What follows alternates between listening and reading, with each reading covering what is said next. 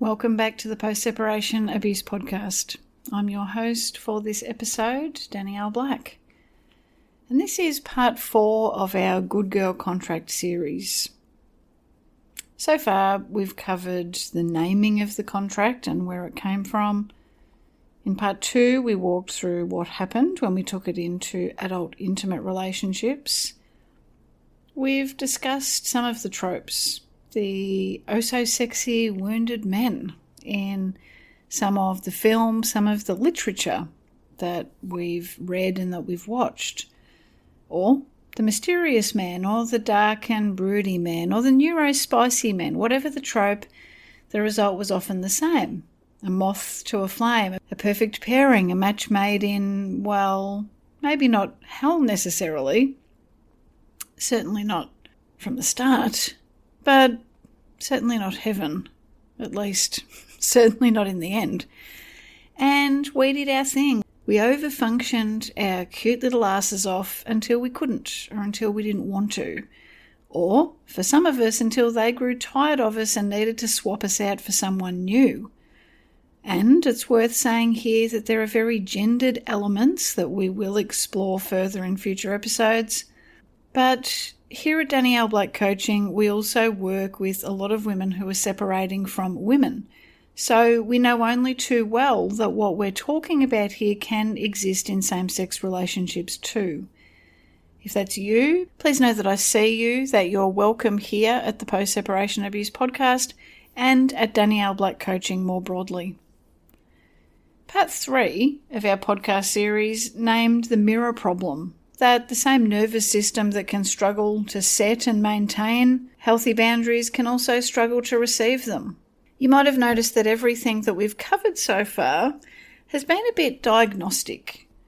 The patterns, the tropes, how they can show up, where they've come from. Today we're pivoting a little bit. We're going to talk about what interrupting the patterns created by the good girl contract can look like. Not in theory, but from inside it, inside real life. And I'm going to use some things from my life, my current life, as examples. I'll be sharing with you what setting and maintaining boundaries looks like, how it can feel, especially when the nervous system is still really uncomfortable with it, when the contract is still whispering those sweet nothings, when the internal doubt is still there. Not always, but enough that you're never really sure when to expect it, and what it can look like and how it can feel to set and maintain healthy boundaries anyway. What's important for me to acknowledge here, to let you know, is that I'm not fully on the other side of this. I'm still in it in many ways. I'm still doing the work. And who knows, maybe I'll never be completely out of it. None of us who were unwilling signatories to the contract might ever get to a point where we're completely unaffected. But I don't think that we need to make that a problem, and I don't think that getting to a point of being completely unaffected really should be the goal. I guess what I'm saying here is that this is not necessarily a triumphant recovery narrative. It's really just me being honest. The truth is that I still have moments of struggle. I still hear the whispers of the contract every now and then. I still notice the discomfort occasionally when I set and maintain a boundary.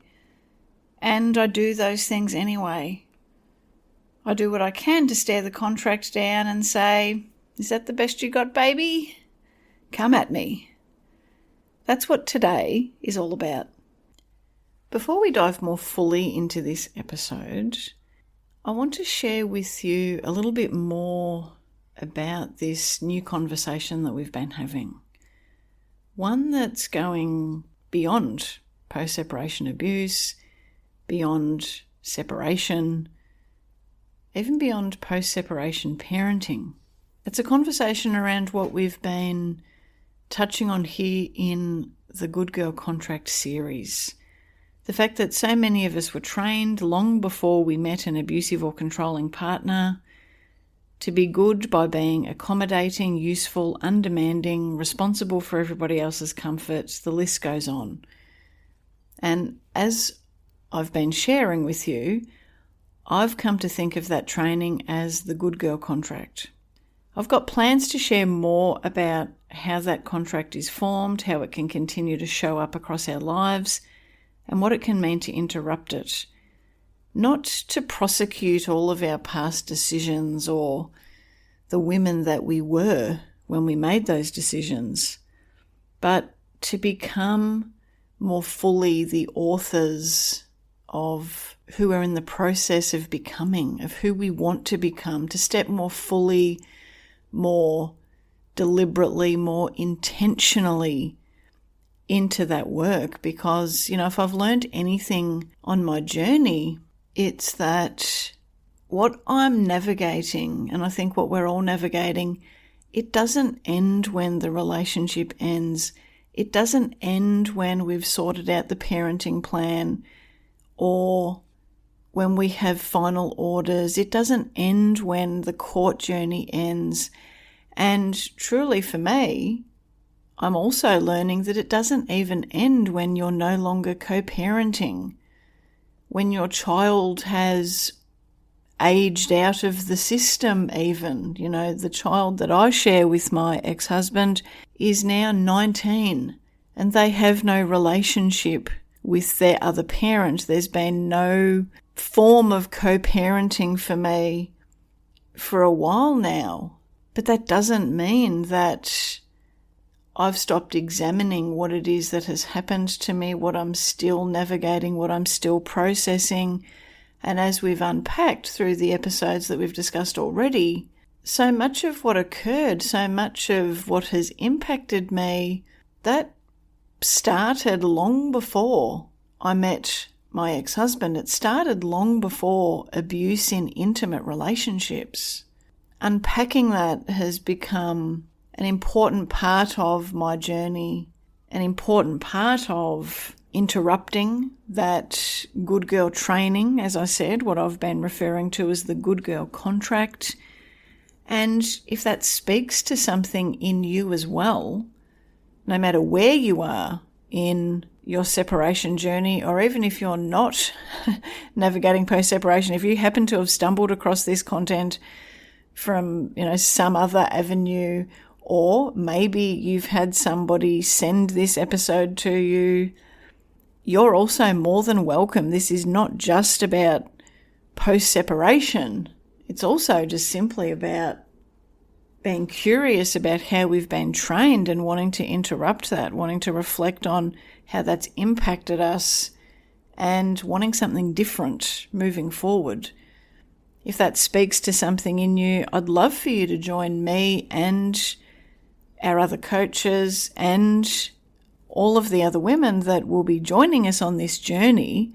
I'd love for you to join us. You can do that by heading to the website, danielleblackcoaching.com.au. You will see on the homepage, early on in the homepage, an area where you can register your interest. And I recognise that what I'm saying here is sort of a little bit loose and broad. You're probably thinking, okay, what exactly am I signing up for? And you know what? That's going to be revealed as we go along. There's going to be some conversations. You're going to be hearing from me in your inbox. There's definitely some things that I've got planned that I'm not going to share all at once. And some of it that I'm actually still planning. I'm really excited about it. And again, post-separation abuse, post-separation parenting, even motherhood is not a prerequisite for this work.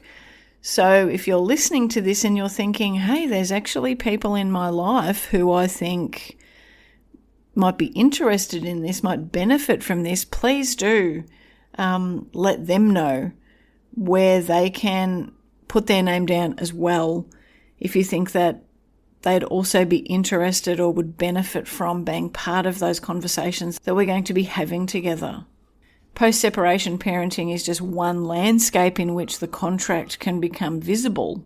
But I think this work that we're doing together in terms of looking more deeply at the good girl contract, I think this really speaks to so many of us who are navigating intimate relationships, family of origin dynamics, friendships, work and professional authority, money, sexuality, aging and changing identity, motherhood, or even life that does not include motherhood, and really a fundamental question of what we actually want for ourselves in our lives when our conditioning, our training is no longer the organising factor of everything.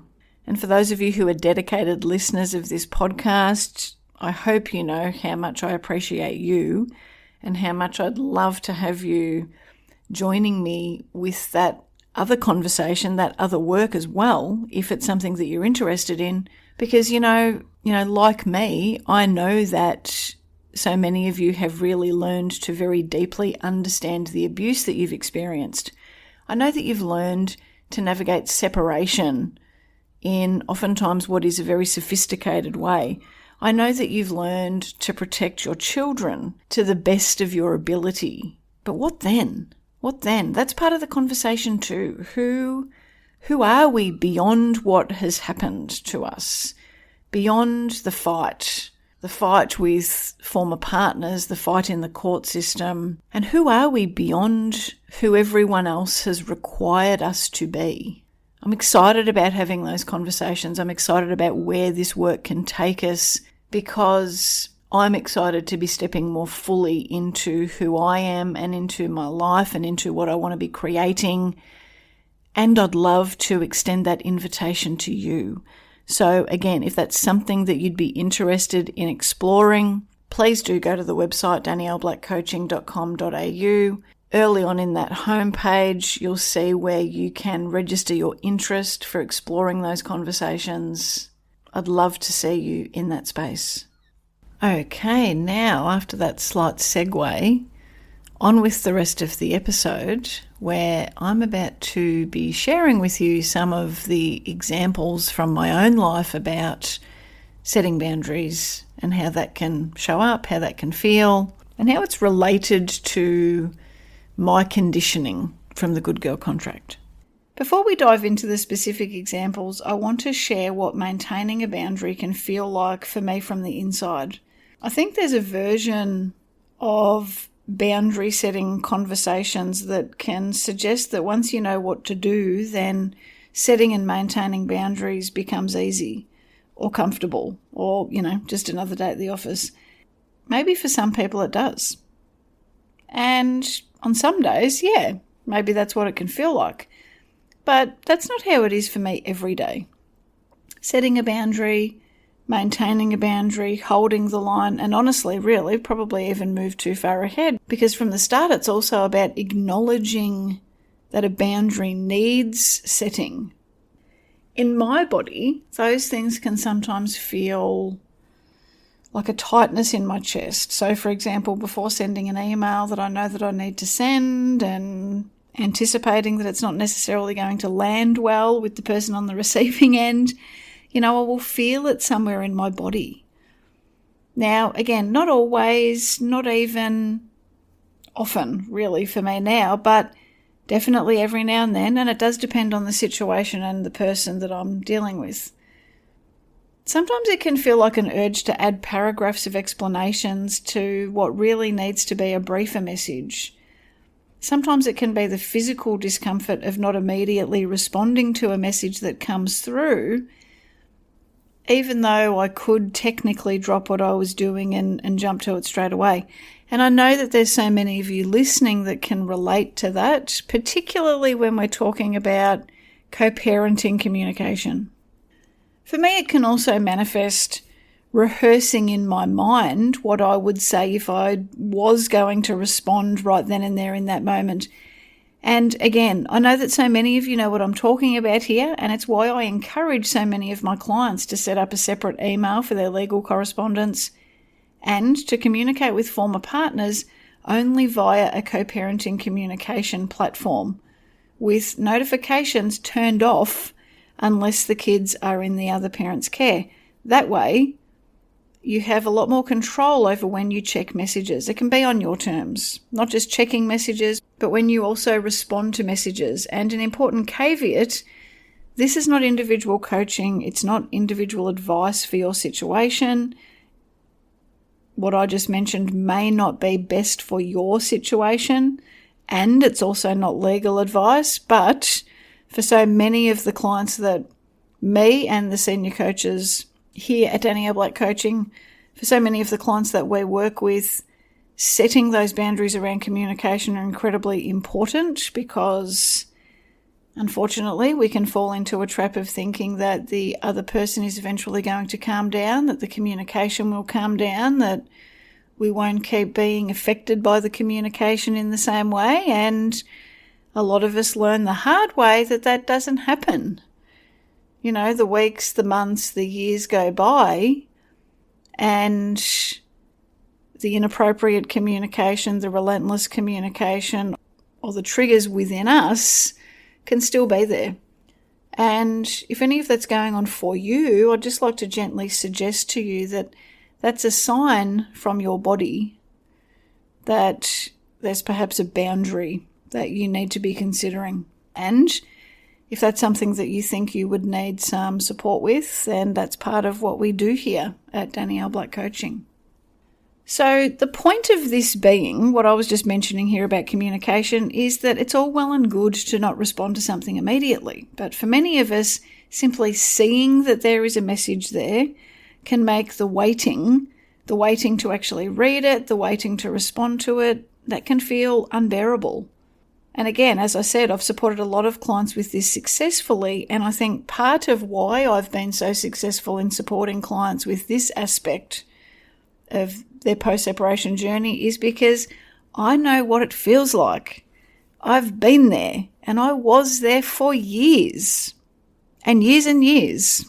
As I've said before, I made all the mistakes in my own situation, which is one of the reasons that I'm doing this work. The contract can also continue to show up in the mental replay of a conversation that you just held a boundary in. So whether it's an in-person conversation, a telephone conversation, a written conversation, in email, text message, co-parenting app, whatever the scenario.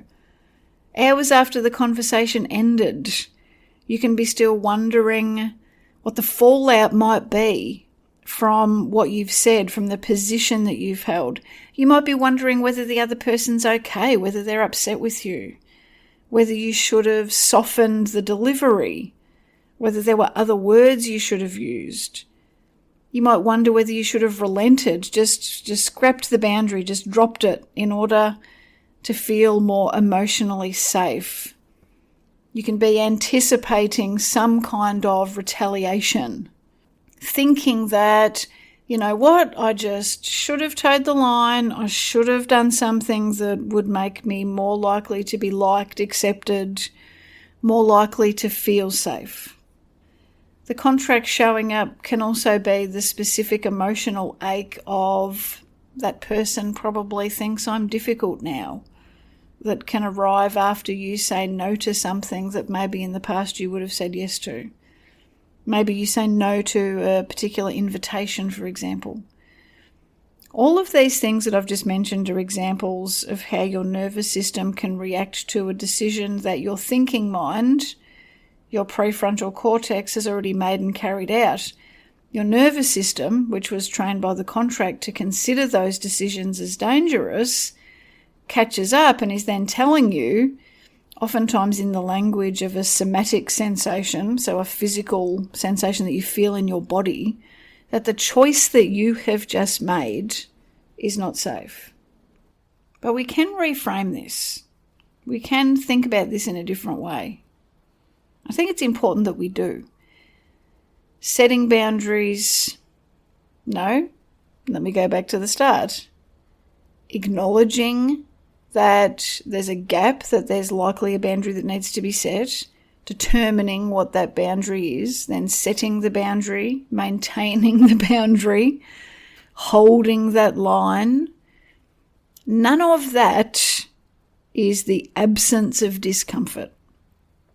It's oftentimes, at least initially, the presence of discomfort, sometimes significant discomfort, and making the decision to hold that line anyway, to hold firm anyway.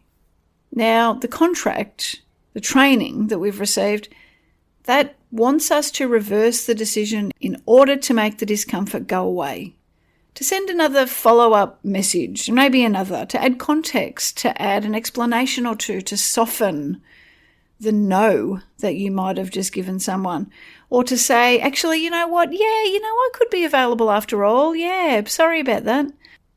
To apologise, to check in with the other person to make sure that they're okay. All of those things can be the contract's solutions to the internal discomfort. What we're practicing when we want to break free from the contract is to hold both that discomfort but also the decision that we've made, acknowledging a boundary, setting or maintaining a boundary. We need to be able to hold those things at the same time, the discomfort and the decision. And to let the discomfort wash through us without acting on it, without that knee-jerk reaction of softening our boundary, of letting the boundary go. Because the discomfort is not evidence that we've made the wrong choice with our boundaries in any given situation. Rather, it's evidence that we've made a choice that our nervous system was trained to consider dangerous. Now I'm going to share some specific examples of what boundary setting and boundary holding can look like in my life right now. I think being specific can be more useful than talking about it in the abstract, and hey, we've shared so much on this podcast about my own journey that, well, why the fuck not? I also know that talking about my own lived experiences, and not as an unreachable professional, but as someone who's also a victim survivor and still does a lot of in-depth client-facing work, I know that that has been helpful for so many of you on your own journeys. The things that I'll share with you are things that I currently experience, things that I currently do, even when I'm feeling uncomfortable emotionally. And yes, that's probably the first thing that we need to clear up and get out of the way. I still experience discomfort at times with setting and maintaining some boundaries. And as I said earlier, I expect that I probably always will to a certain extent. And I do think that that is just a normal part of being human, particularly for me with the level of the trauma and the abuse that I've experienced across my lifetime, not just in adulthood, but also in childhood. And importantly, knowing that there might be a level of discomfort at times for me, sometimes with particular boundaries, maybe even for the rest of my life, that doesn't stop me doing the work. Doing the work despite the discomfort has really helped me to expand my capacity for that inner work. Before we begin, I'd like to invite you to take a slow, deep breath in, to hold it for a few moments, and then slowly release it, to loosen up your body, unclench your hands, your jaw, to lift your shoulders up to your ears, to let them drop, to allow some of the tension that you might be holding in your body to ease, even if just a little bit. I'll start by sharing with you something that I've said to my husband Drew more than once. Sometimes when I get to a point of feeling at the edge of what I can carry, emotionally, mentally, psychologically, I say to him words of the effect of, if I don't take some time off work, I'm going to have to burn this business to the ground and go and work at Bunnings. Now, the Bunnings part's interchangeable. Sometimes I say Bunnings, sometimes I say Kmart, sometimes I say the public library, sometimes I say Macca's, sometimes I say a bookshop. My comment in those moments is not really about wanting to work at Bunnings or Kmart or the library. And I mean, anyone who works at those places is doing genuinely important work in no doubt quite challenging conditions at times. This is certainly not to minimise those sorts of public-facing roles. What the comment is for me in those moments is about a fantasy of having a particular kind of job. The kind of job where I can turn up, do the job, leave, get paid a consistent amount each pay cycle, paid leave, sick leave, superannuation, long service leave, other entitlements that are all taken care of by my employer. Very different to being self-employed. It's not really about me wanting to work at Bunnings. It's about a specific fantasy of where the load, the responsibility ends. Someone else holding the weight when I'm not there. Where being sick doesn't mean losing income. Where the ceiling of my responsibility is not how much I can manage to withstand, to carry, but rather being about a particular job description with appropriate health and safety measures in most regards in Australia. Because sometimes my work can feel relentless, but it's not necessarily the relentlessness of it that's really the problem. I'll unpack that with a bit more detail because you might be thinking, well, how does this actually relate to the contract? Well, it relates because that particular fantasy is what the contract offers up to me when I'm exhausted. The thought is that if I performed less or worked for someone else or made myself smaller, that my exhaustion would end, which I don't think is necessarily true. For me specifically, the exhaustion that I feel at times is not purely because I've built a business. It's because sometimes I'm trying to function inside my business alongside the contract. And the contract wants me to come to the conclusion that the problem is the scale of what I'm doing when the actual problem is the terms that I'm doing it on. Every time the fantasy of burning my business down arrives, it's important data. Not data about my business, data about my current relationship with the contract and how it's infiltrated the work that I'm doing in my business.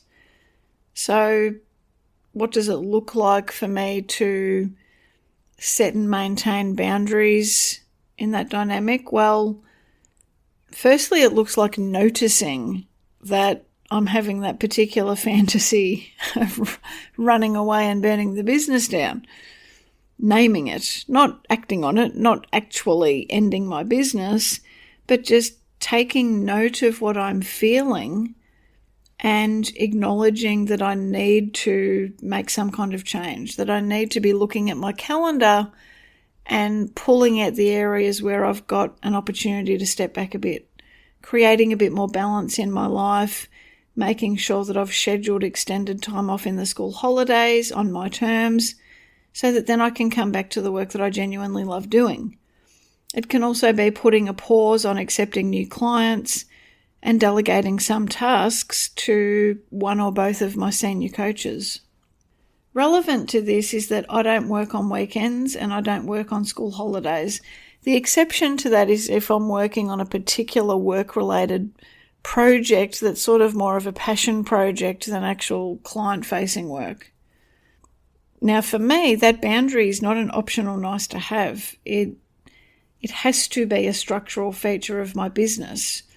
Now, the discomfort can come because the contract actually really wants me to work 24/7, to check emails and DMs on the weekend, just to, keep an eye on things, to respond to any messages that are framed as being urgent. Now, all of that would functionally mean never taking any time off, never stepping away, never turning off, never letting my brain or my body or my nervous system rest or focus on anything other than work, just always being overseeing things in some way, shape or form. Essentially never getting to immerse myself in all of the other things in my life that I love, never getting to have any balance. So what I actually do is make sure that I step away. To help with that, I have 2 phones, one personal and one work. I don't have anything work-related on my personal phone, except for the contact numbers of my senior coaches, because sometimes we do just chat. At the end of my work day, my work phone is switched off and put in a drawer. I log out of my work email at the end of my work day and I log out of our online community space. This means that I won't see any emails or DMs if they come in. No notifications, no alerts. That's a healthy boundary. It's a necessary boundary for me. But again, it's the opposite of what the contract tells me I should be doing. I've got a customer support and general admin superstar, Kylie. She handles all the correspondence that comes in from the contact page on the Danielle Black Coaching website. I don't see any of that unless it's forwarded to me. And there's a protocol that Kylie and I have in place so that she knows how to filter things appropriately. And she handles the timing of sending things to me as well. So if she knows that my calendar that week is really full on with coaching calls, clients in court, that sort of thing, she'll hold back an email until the following week. She uses her discretion. During the most recent school holiday period, Bridget, one of our senior coaches, handled all the general communication on our Stronger, Braver Together online community platform. That's a platform that's available only to clients who work with us via a coaching package. I also arranged for Bridget to host additional group calls while I was away for clients who wanted to connect or needed support in my absence. None of this is about being unavailable to people who need me. Rather, it's about me setting, maintaining and honouring healthy boundaries. It's about me being genuinely present with my current clients without burning myself out. And it's about being present with my husband and my children during my downtime and ensuring that my downtime really is actually downtime. Some of you might recognise yourself in what I was saying in terms of feeling the urge to check emails, messages, communication, particularly if notifications land. And again, this links to what I was saying earlier about why it can be so important to have really firm boundaries about that, about whether or not you have notifications turned on. The reality is that if the kids are with you, not with your ex, it's highly unlikely that anything that your former partner is going to communicate with you is genuinely urgent or time sensitive. It's certainly not going to be genuinely urgent relating to your kids. And particularly for those of you that have got parenting orders or maybe contemplating parenting orders, or even if you're just contemplating a parenting plan, it can be really worthwhile having a specific clause where you're talking about all communication being via a particular co-parenting app unless in case of emergency or time-sensitive situation. In a genuine emergency or a time-sensitive situation, it can be appropriate to send a text message or to make a phone call. But again, the reality is that in the vast majority of emergencies, unless they're directly relating to your kids, you're not going to be the one that your ex is calling. So hence, it makes sense to have some healthy boundaries where that's concerned. Because any notification coming in from our Family Wizard or App Close or Talking Parents or whichever app you're using, any notification that comes in, that can cause your brain, your nervous system to be focused on that. Oh, I wonder what they want. Maybe I should just check. It can impact you in a way that means that you're not actually then present in other areas of your life to the point where you're like, oh, fuck it. I'm just going to have to read the message because I can't concentrate on anything else until I've read it. And then when you've read it, well, sometimes you realise that it's really benign and you can stick it to one side. Other times it's something that is bothering you. Maybe it's inflammatory, accusatory, whatever the case may be. And then you can't focus on anything else until you've responded. You can see from here how easy it is for boundaries to be eroded if we're not actually really diligent with the maintaining of them. It's not just about acknowledging that we need them. It's not just about setting them. It's also about being able to maintain them and putting in place some of the processes and protocols that make maintaining them easier. Even now, with these boundaries that I've had for many years, there can still be discomfort for me at times. That internal somatic discomfort, so not just emotional discomfort, but discomfort that I feel in my body. The wondering whether a client will be upset or disappointed. The specific ache of, what if people don't think I'm doing enough, that I'm not committed enough, that I'm not enough? The passing thought of just quickly checking client communication. All of that is the contract still. It's not gone. But I'm committed to making sure that it's no longer running the show. So all of that to say that my boundaries are important, and they still sometimes cause emotional and physical discomfort when I maintain them, when I hold them, when I honour them.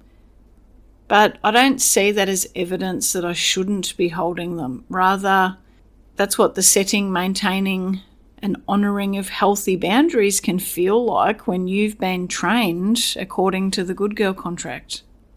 Another boundary that I have is that currently there's no way for new clients or just any random person to access me directly. So Kylie, who I mentioned earlier, she's the gatekeeper. Working with me has been an application-only process for a while, just simply because of the client load that has developed over the years. And currently, applications to work directly with me are closed. However, anyone who's interested in one-on-one coaching can connect with one of our senior coaches, Trudy or Bridget. The application process will probably reopen in a few weeks.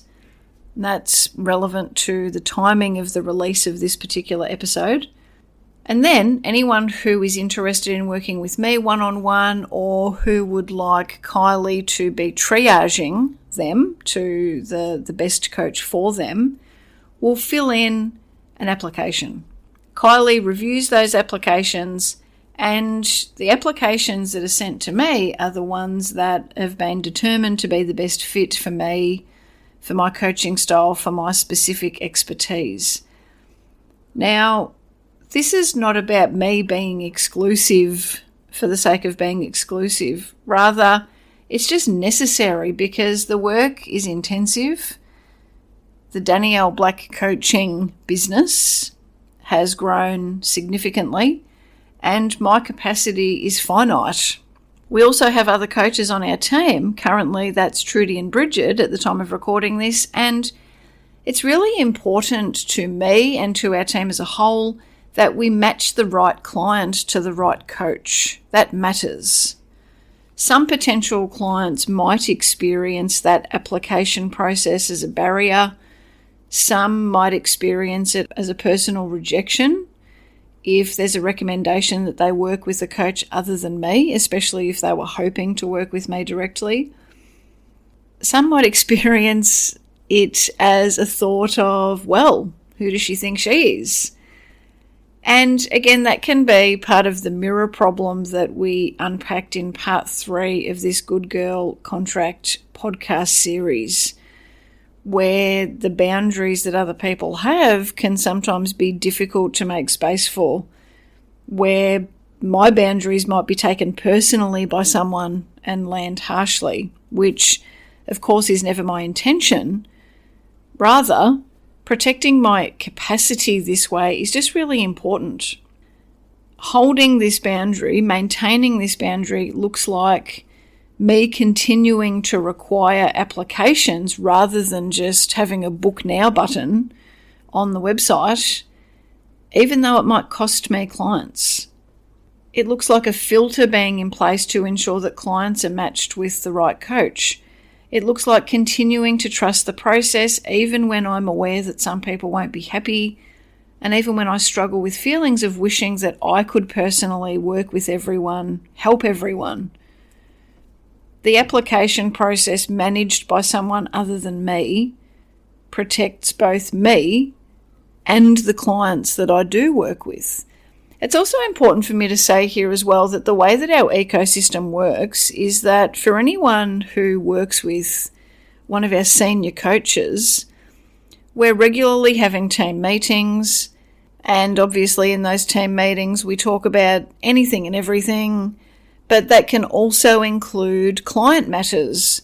It can include one of the senior coaches asking for my input if they think that there's something going on for one of their clients that perhaps I've had some professional experience with. And for anyone who works with a senior coach via a coaching package, they have access to our online Stronger, Braver Together community. That's a really safe and secure online space. It's not connected to social media. So you've got the opportunity to protect your anonymity to a much higher degree if that's something that's important to you. That's where people who are in that community, again, I might not be their primary coach, but they will still get to see updates from me, content from me. As part of that community environment, we have fortnightly group video coaching calls, and each of the coaches on our team takes it in turns to host one of those calls.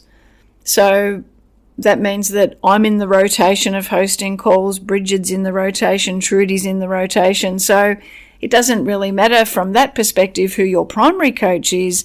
If you're working with any coach via a coaching package, you can jump onto one of those regular group coaching opportunities. Again, they're held fortnightly for our coaching package members.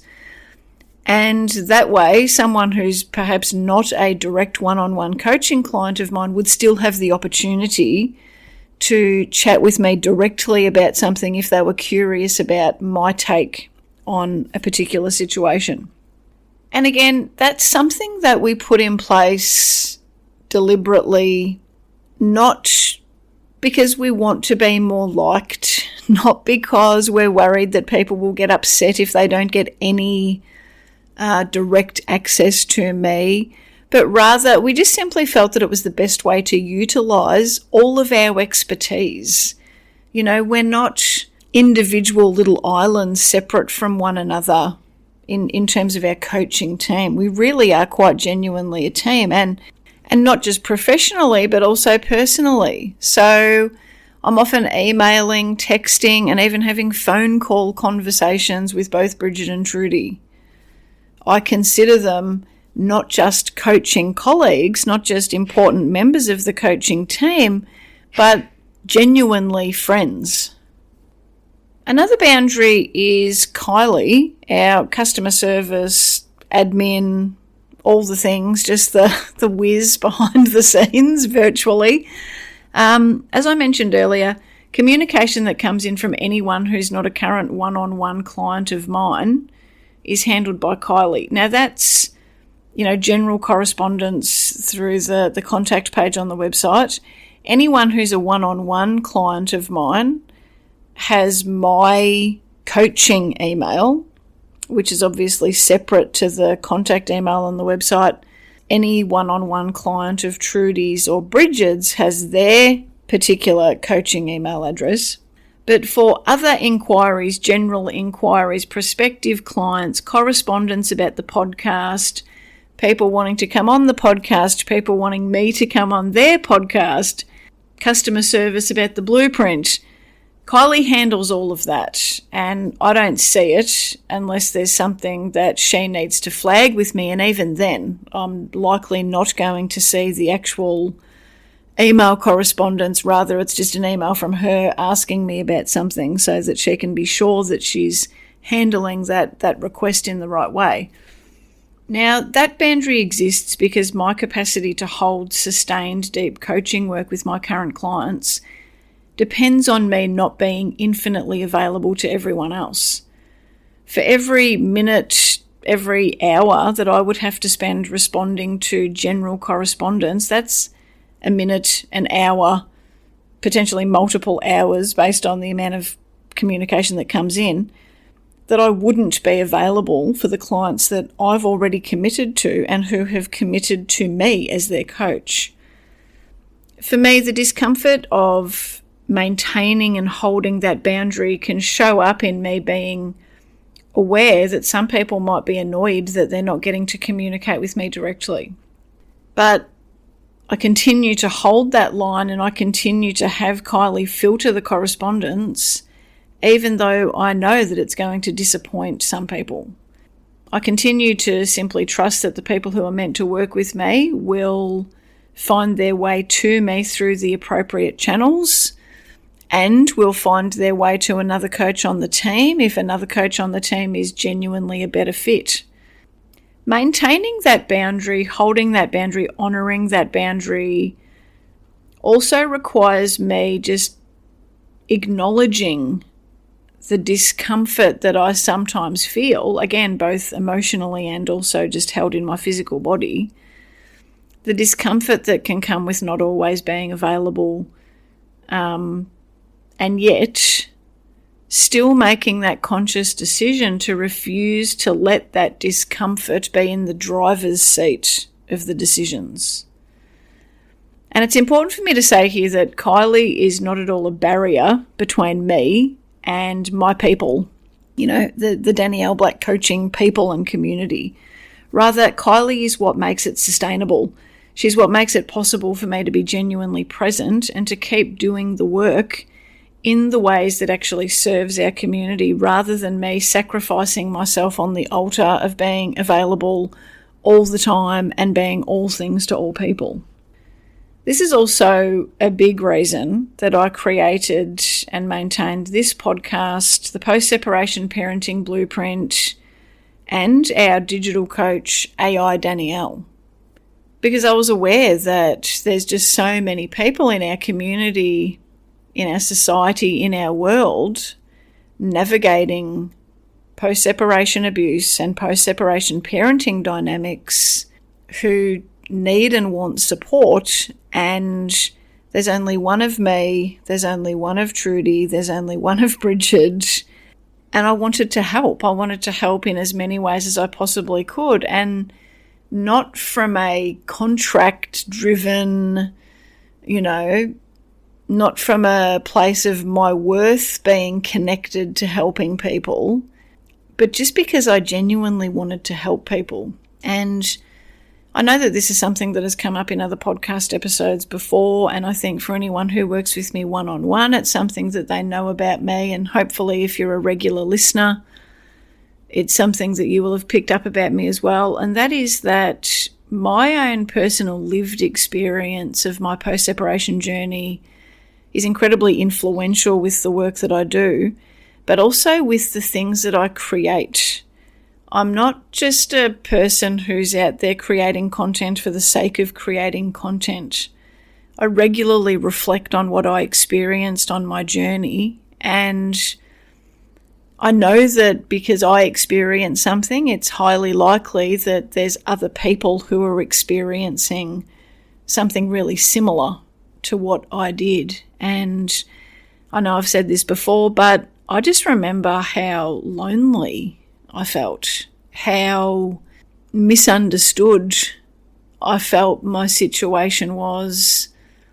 And oftentimes, to be honest, I really didn't spend much time talking about my situation or what I was experiencing to anyone much at all, because, partly because it took me a long time to actually really make sense of what I was experiencing myself. And then, there's understanding it, and then there's actually being able to articulate it in a way that someone else might be able to make sense of it.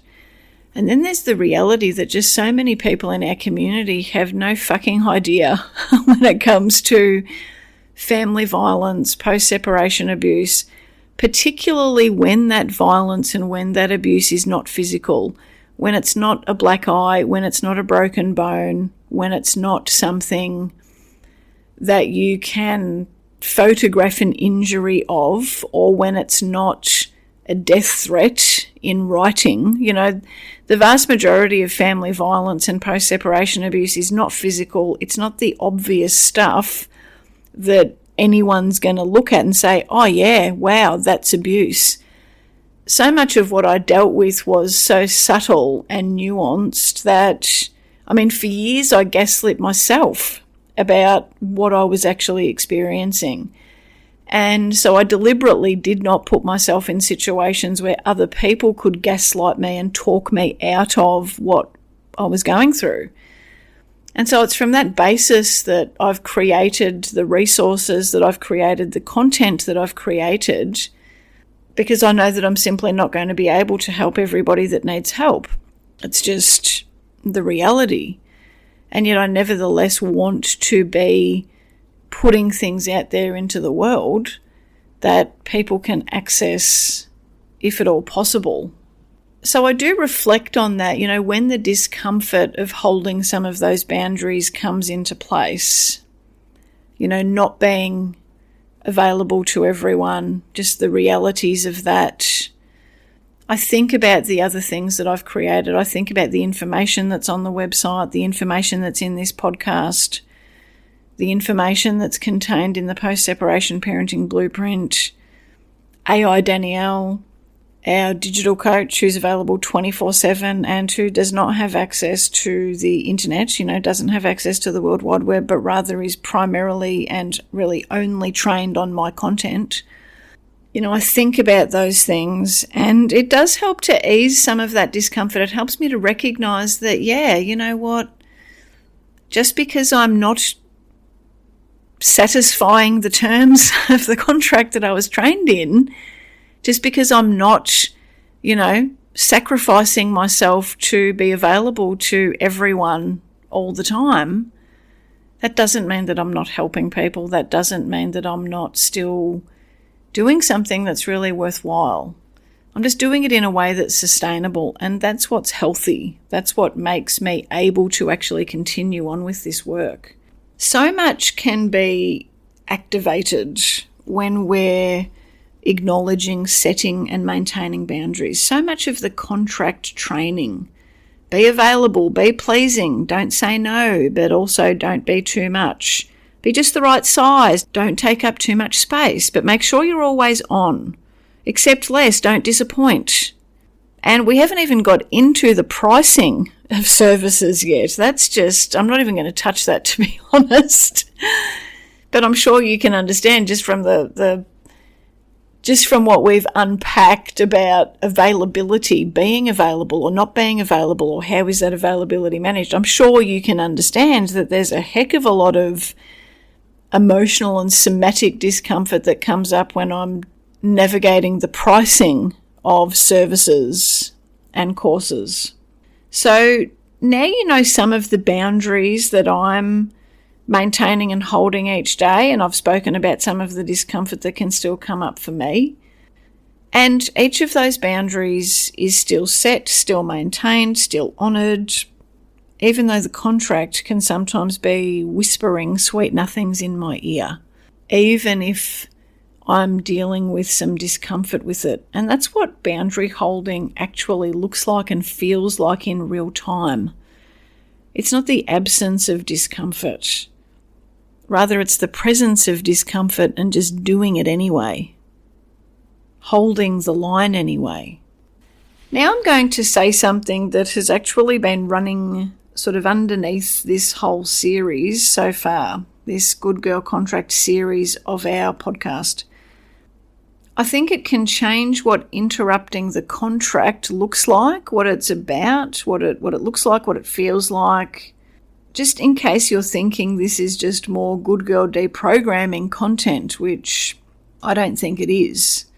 With all of the reflection that I've done on this, I've come to the conclusion that I don't think the contract, the good girl training, I don't think it was ever about making us good. Good was the surface story. Surface level, superficial. And for those of you who know me, you know I'm a lot of things, but I'm not surface level or superficial.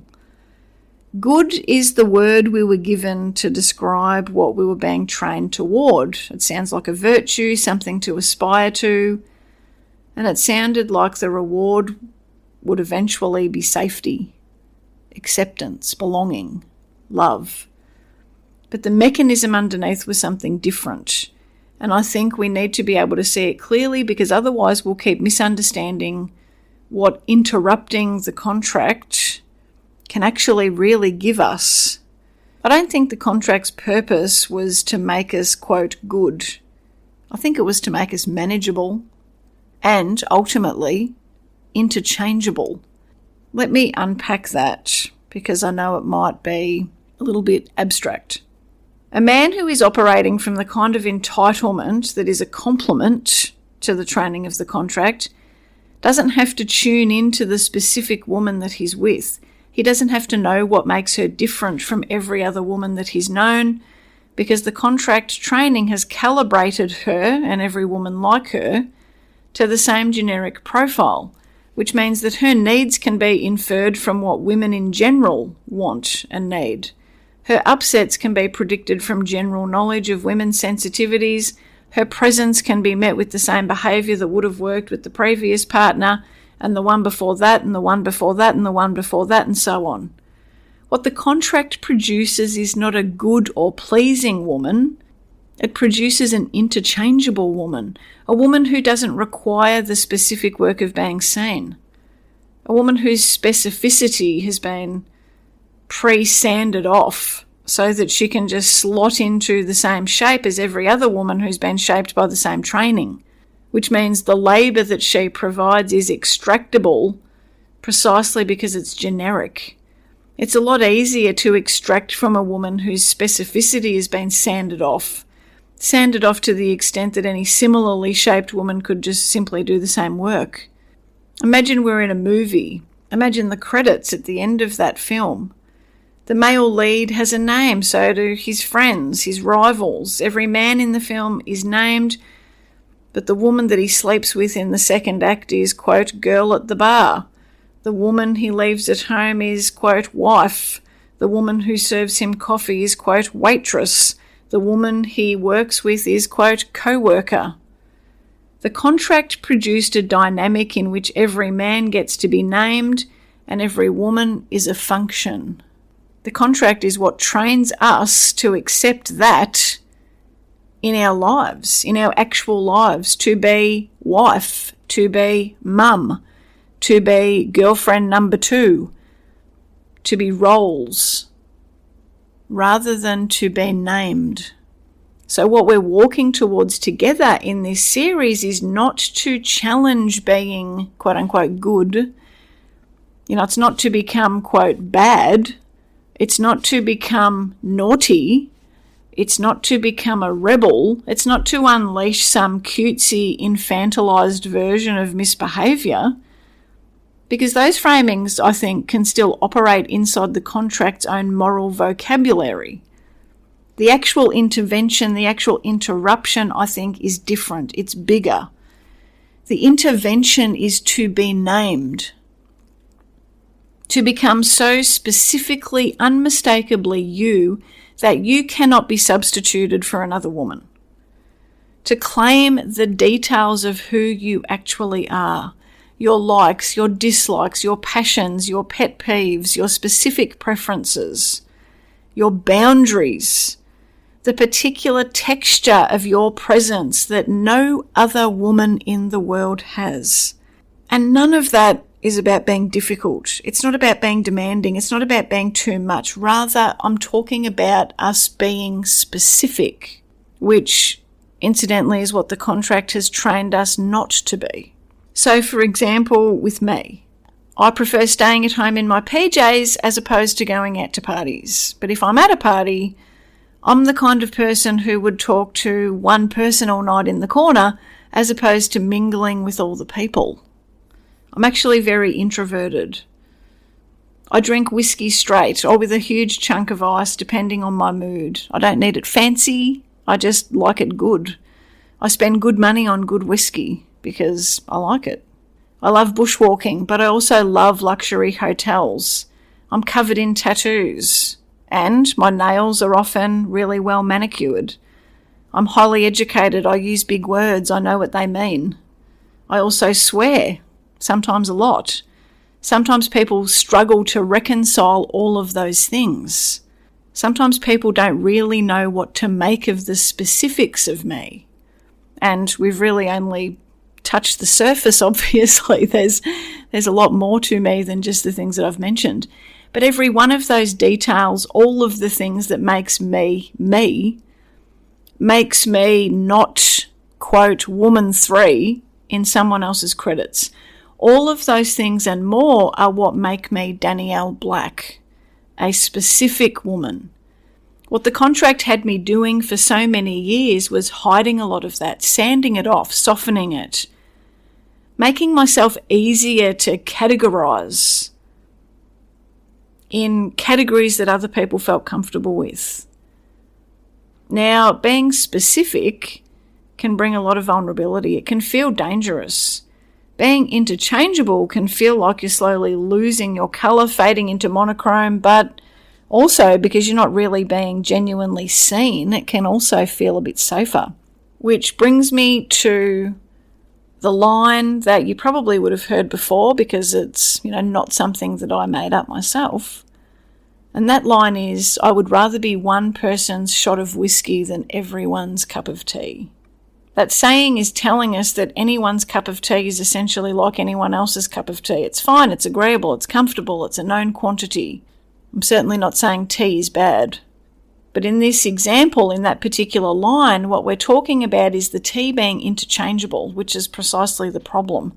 Pleasing, agreeable, and functionally identical to everyone else shaped by the same training. But whiskey's different. Whiskey has a particular distillery, a batch, a specific profile, a character. Not everyone likes it, and that's not a bug, not a flaw. That's what makes it whiskey. If everyone liked it, it wouldn't be whiskey anymore. It would be tea. Sometimes whiskey burns, but it burns because it has something specific to burn with, which is what can make it so enjoyable to those who like it. With this metaphor, being whiskey is not about being disliked. It's not about being bad. It's not about being rebellious. It's just about being unmistakably you, which some people will love and some people won't, and both are okay. The audience that I am for will find me because I'm me. The audience that I'm not for will find someone else. And both outcomes are fine. Both are okay, both are correct. And in the meantime, I refuse to become more comparable, more palatable, more generically acceptable, simply to be more likable and more consumable. Because that would be the contract being alive and well, and well, frankly, fuck that. So I'd like to invite you to be increasingly specific in your own life, to like what you like without justifying it, to refuse what you refuse without softening it, to be the woman whose presence in a room cannot be summarised, filed, categorised or replaced. And that is what interrupting the contract actually looks like from the outside. From the inside, it feels like coming alive. Thank you so much for being here with me for this conversation. As you know, as I say so often, I truly value your time. I truly appreciate deeply that you're willing to sit with the things that I've been sitting with and reflecting on and thinking about and wanting to share with you here in this space. I really appreciate the fact that you're willing to reflect on those things, to consider different perspectives to some of the things that we've spoken about. I look forward to chatting with you again soon. There's a moment where the noise stops landing, where the chaos loses its hold. That's it for today's episode of the Post-Separation Abuse Podcast. If you found this helpful, you'll love the Post-Separation Parenting Blueprint, the foundation of everything that my team and I teach, now available to all protective parents. Whether you work with us one-on-one or navigate your journey independently, the blueprint is where everyone starts. Whether you're thinking about separating, in the early stages of separation, wanting to avoid your kids being trapped with unsafe or inappropriate care arrangements, or perhaps needing to challenge and change current arrangements, and even if you're currently in the court system for parenting matters. I created the blueprint because the journey of being a change maker and a cycle breaker can't be done alone, and the blueprint is the one post-separation parenting resource that gets it right. Child development, safety and well-being put first. with the evidence to back it up. The blueprint gives you the same strategic frameworks that my team and I use in private one-on-one coaching. And it's available on an online platform for you to access whenever and wherever you need. You can also ensure that you're up to date with any new announcements by checking in regularly to the website danielleblackcoaching.com.au. Until next time, take care. And please always remember, you are your child's greatest protector. You're rewriting the meaning of why. Calm is credible, steady and strong. You don't have to fight the same way for long. You protect, you lead, you rise with fire in your bones and truth in your eyes. This is how it begins, not in chaos but clarity within. You protect, you lead, you rise. This isn't revenge, this is design, a future rewritten line by line. You don't burn it down, you build it right with wisdom, strategy, and quiet mind.